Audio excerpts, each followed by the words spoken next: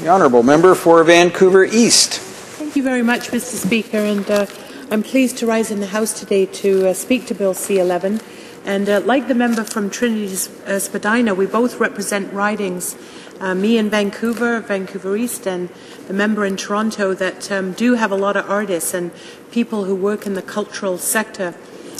So I think we very much share that together in terms of our ridings, and we know how much concern there is about this bill and whether or not it does indeed strike the right balance.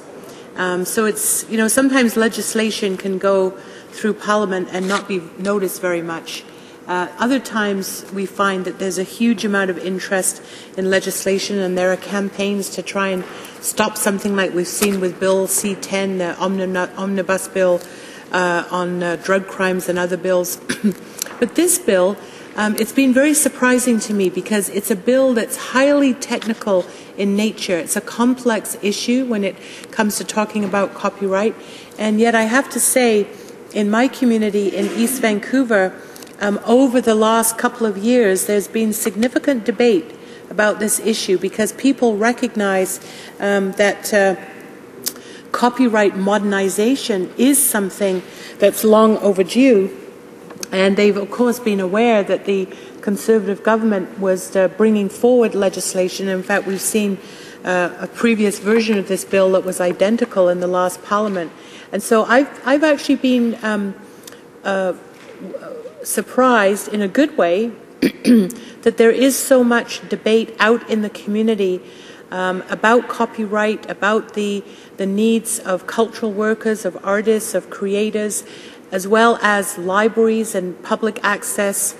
And I'm sure, like many MPs, I've had visitations from, in my case, the Vancouver Public Library. I think I've met with them 2 or 3 times over the last few years about copyright issues. And of course, we know that a hallmark of public libraries is public accessibility. You know, it's one of the few remaining places in our society where no matter who you are, whether you're very wealthy or you're living on welfare and below the poverty line, you have access to a public library. It's a public institution. They're publicly owned, and the services are publicly accessible.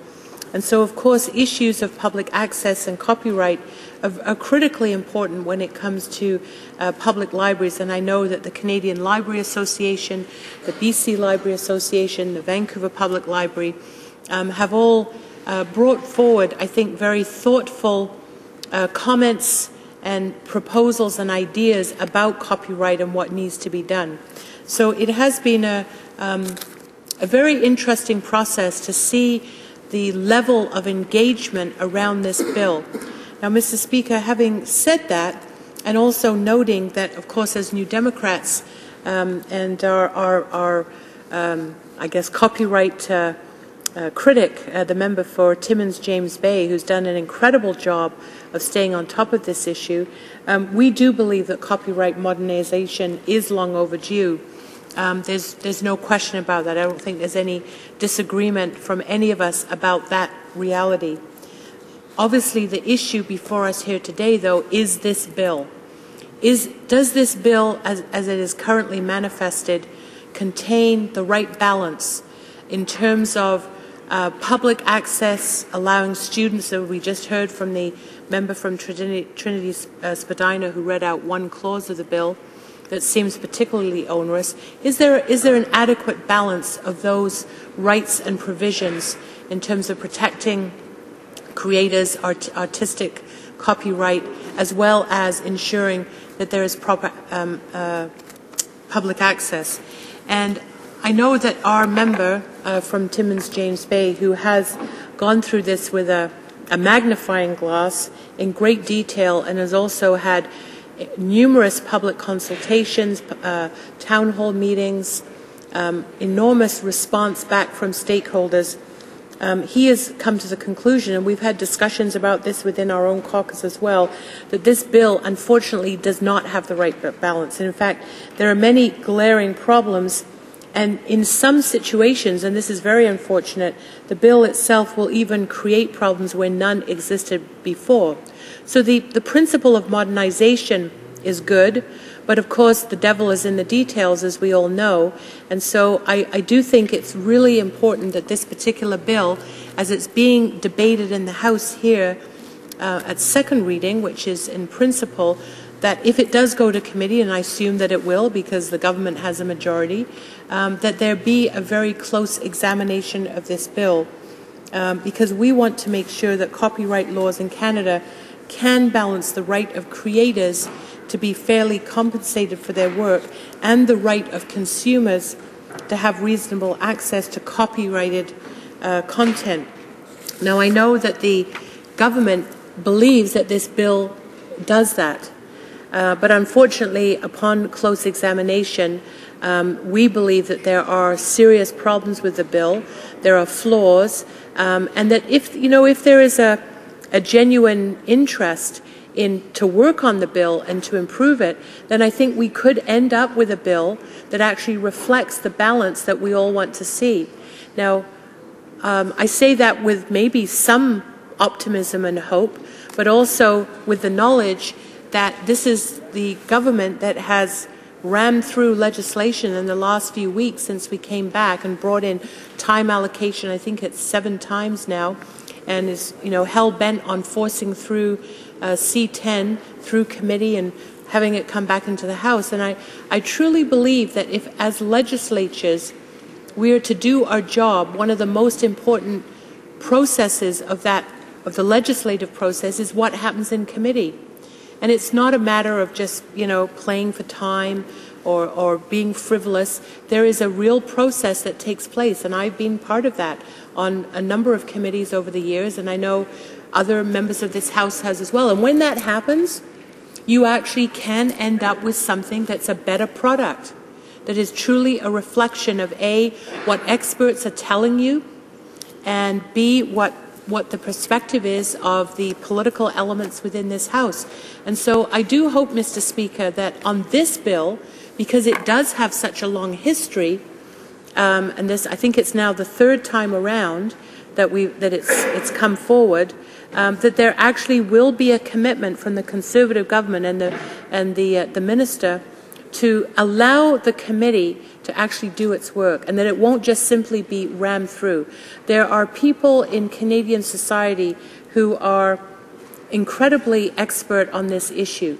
They do need to be heard. Now, I know the government is going to say, oh, well, we did all these consultations and we've done it all. Well, this is before a legislative committee, though. This is part of a real process where people need to be heard. So I want to say that at the outset, Mr. Speaker, that for those of us in the NDP, we're willing to work on this bill. We think there are serious problems, but we're willing to work on it. But in its current form, it's not something that we think is supportable. Now, in terms of some of the specifics, which I'd just like to go into, one of the problems that we have is that this bill will formally enshrine in legislation commonplace grey area practices that enable users to record TV programs for later viewing, as long as they don't compile a library of recorded content, which is often called time shifting, transfer songs from CDs onto their MP3 players, called format shifting, and make backup copies. We're also very concerned that it will create new limited exceptions to the fair dealing provision of the Copyright Act, including the exceptions for educators and exceptions for parody and satire that Canadian artists have been asking for. The exceptions to fair dealing contained in C11 represent some of the most contentious elements of the proposed legislation. Mr. Speaker, I know that there's also a very serious concern about the digital locks, and that this will override many aspects of the balance that's being sought here. And I know that much of the commentary that's come from experts like Michael Geist and the statement of cultural industries, that they have all spoken to this issue. For example, Michael Geist, who's a renowned technology commentator, says, quote, "The fundamental principle of the new bill remains that any time a digital lock is used, whether on books, movies, music, or electronic devices, the lock trumps virtually all other rights." So this, Mr. Speaker, clearly is a problem and something that needs to be fixed. And the Statement of Cultural Industries, which represents 80 arts and culture organizations across the country, argue that the bill may be, quote, toxic to Canada's digital economy, and have a lot of concerns about the bill. So, Mr. Speaker, I see that my time is coming to a close. This bill needs to be changed. It needs to be fixed. And if there's goodwill from the government to do that and they act in good faith, then maybe that's possible to do. Thank you. Questions and comments? The Honourable Parliamentary Secretary to the Minister of Canadian Heritage. Thank you, Mr. Speaker, and thank the honourable member for her thoughts. I'm wondering if she could maybe expand just a little bit on what some of the stakeholders that she met with, what their discussions were with respect to the online piracy and how we can do a better job of making sure that Canada is no longer a haven for online pirates. And the other thing I wanted to ask was, we know that in Europe there are much greater supports for TPMs, and that hasn't actually reduced the availability of content online. I'm wondering why if she would have any rationale for thinking that Canada's less stringent use of TPMs through this bill would somehow reduce availability of content for Canadian consumers, and how we can on the one hand suggest we're protecting Canadian consumers, but on the other side try to bring forward a levy which would make it far more expensive for consumers to access these type of products. Honourable Member for Vancouver East. Well, Mr. Speaker, we do believe that a bill can be formulated that does strike the right balance. Unfortunately, this bill doesn't do it. I have a whole list here of organizations and individuals. I mentioned one, Michael Geist. I mentioned the Statement of Cultural Industries, but there are many others who are bringing forward, I think, very legitimate concerns, not only on the digital locks, but on other issues. The Writers Guild of Canada, the Samuelson Glushko Canadian Internet Policy and Public Interest Clinic, a Society of Composers, Authors and Music Publishers, Howard Knopf, who's a patent lawyer, the Society for Reproduction Rights of Authors, Composers and Publishers, and the list goes on and on. So, Mr. Speaker, it's very difficult to deal with the individual aspects of the bill. This is why what we want to hear from the government is that they are actually committed to looking at what these people have to say in committee and to be willing and open to address the inconsistencies and the problems that are within the bill. Questions and comments? The Honourable Member for Bonavista Gander, Grand Falls, Windsor. Thank you, Mr. Speaker. Yes, speaking of, well, I'm not sure if I comply with the statement about TPMs being harsher in other regions of the world. Other people have dealt with the same on the basis of that the digital locks to begin with were really stringent and then eased back on some of those restrictions later on, especially when it dealt with the education exemption. I would like to ask my honourable member my honourable colleague a question about one thing that gets overlooked in this House and also gets overlooked in the bill, and that is the issue of artist resale right. Basically, it allows artists in many parts of the world and many other countries, especially in Europe, to gain a percentage of sales as they sell their work of art. This would be a great situation for Canada, for Canadian artists, as the art itself will appreciate in value over the years. That percentage would certainly be beneficial, especially in the Aboriginal communities where we have a lot of art at play. So I'd like my honourable colleague to pass comment on that as well. Thank you. The Honourable Member for Vancouver East. Well, Mr. Speaker, again, I know from my own community where we have very well-known and renowned artists who do travel internationally. They have shows. And so I think, first of all, our ability to support our artists in the international setting is very important, but also to ensure that as artistic creators that they have some control over their work, that they have that where revenue is produced, where wealth and value is produced, that they have the ability to share in that, and I think that's a very important principle. There's time for a short question and comment. The Honourable Member for Surrey North. Thank you, Mr. Speaker. I'll be very short. Over the last 6 months, I've heard a number of debates here in the House, and from what I can see from the last 6 months is that the Conservatives are against small businesses because they're going to be increasing taxes. They're against veterans because they cut their funding, and I'll be very brief. And it would appear they would be against the consumers in this bill. Could my member colleague elaborate on that? Honourable Member for Vancouver East. Well, Mr. Speaker, I mean, that's one of the problems with this bill, is that it does include some very onerous provisions in terms of public access, but it also has problems for artists. So I guess we could add 2 more groups to that list that the member has brought forward, and that is both consumers and artists.